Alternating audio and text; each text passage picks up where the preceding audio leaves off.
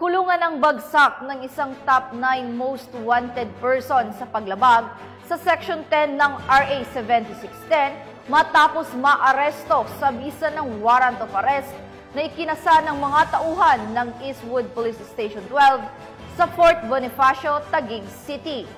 Yan ang balitang hatid ni Patrolwoman Katrina Joy Banag. Sa ikinasang manhunt operation ng mga operatiba ng Eastwood Police Station 12, kuha sa videong ito ang paghuli sa top 9 most wanted person na kinilalang si alias Jeremy, 43 taong gulang, residente ng Barangay West Rembo, Makati City. Siya ay inaresto pasado alas 11 ng umaga noong April 29 sa McKinley Parkway, Fort Bonifacio, Taguig City. May karapatang manahimik, anumang sabihin na maaaring gamitin laban sa iyo.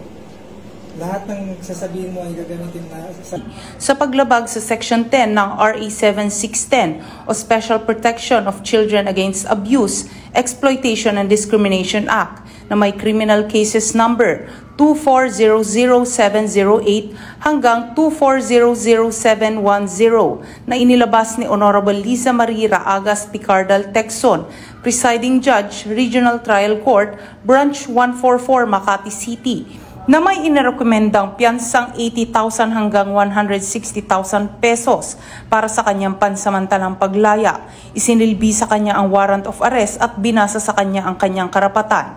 Ang akusado ay nasa kustudiya ng istasyon habang nakabinbin ang pagbabalik ng warrant of arrest sa korte ng pinagmulan. Mula dito sa Quezon City Police District, ako ang inyong Police News Network Correspondent, Patrolwoman Katrina Joy Banag. Alagad ng batas, tagataguyod ng balitang pulis.